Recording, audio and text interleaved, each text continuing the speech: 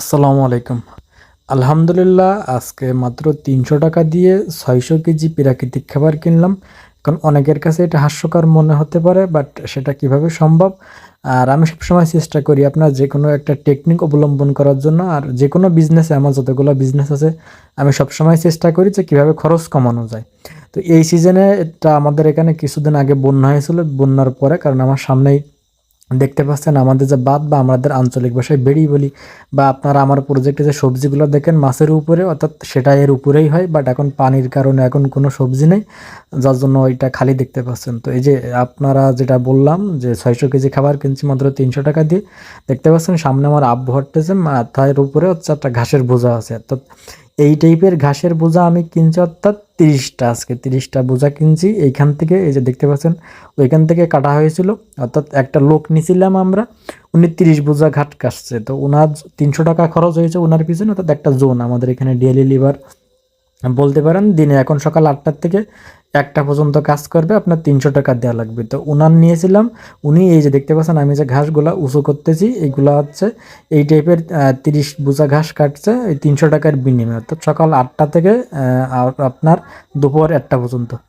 এখন অনেকেই প্রশ্ন করবেন যে এই ঘাসটা আপনার মাছের জন্য কতটুকু প্রয়োজনীয় বা কতটুকু পুষ্টিসম্পন্ন।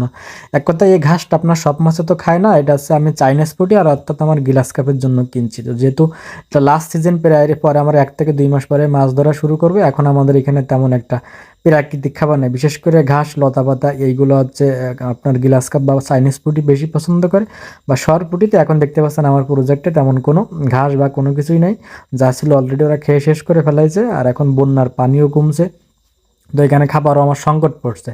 তো এই জন্য ঈদের জন্য যদি আমি ফিড কিনি, তো ১ কেজি ফিডের দাম এখন ৬০ থেকে ৬৫টা। সেখানে আমার আজকে প্রায় মনে করেন ৬০০ কেজি ঘাস কিনছি, এর বেশি ছাড়া কম হবে না, তো মাত্র ৩০০ টাকা। সেখানে যদি আমি ৬০০ কেজি ফিড কিনতে যেতাম, অর্থাৎ ওদের পেট কিন্তু ভরানো লাগে। আপনার গিলাসকা বা চাইনিজ ফুডে আপনি ফিড খাওয়ান বা আপনি অন্য যেটাই খাওয়ান, ওরা একদম যতক্ষণ পর্যন্ত পেটে ধরে ততক্ষণ পর্যন্ত ওরা খায়।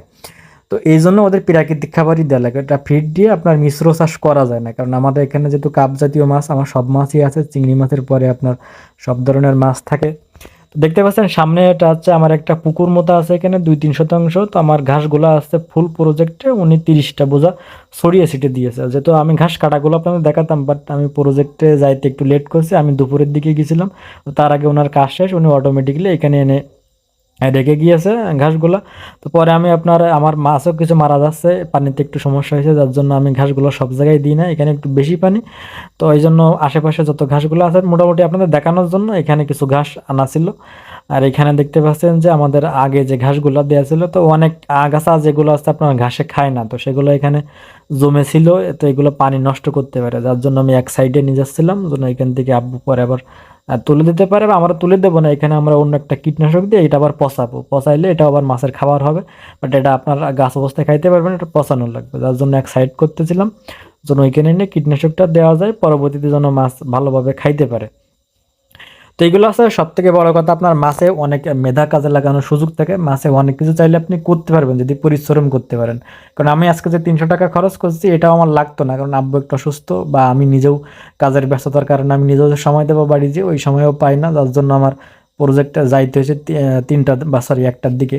যদি আমাদের আছে ডেলি লিভার নেওয়া লাগে কম বেশি, দিনে ১টা ২টা বা সিজনে ৪-৫টাও লাগে, যখন যেটা প্রয়োজন হয় এইভাবে নেওয়া হয়। তো এই জন্য আমি যাইতে পারি না, পুলটা আপনাদের দেখাইতে পারিনি।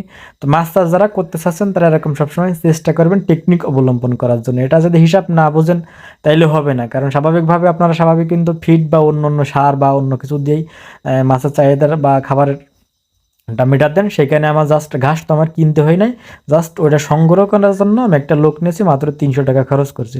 তো অটোমেটিকলি মনে করেন আজকে কম হইলেও আমার প্রায় ৫-৭ হাজার টাকা কাজ করবে এই ঘাসগুলা।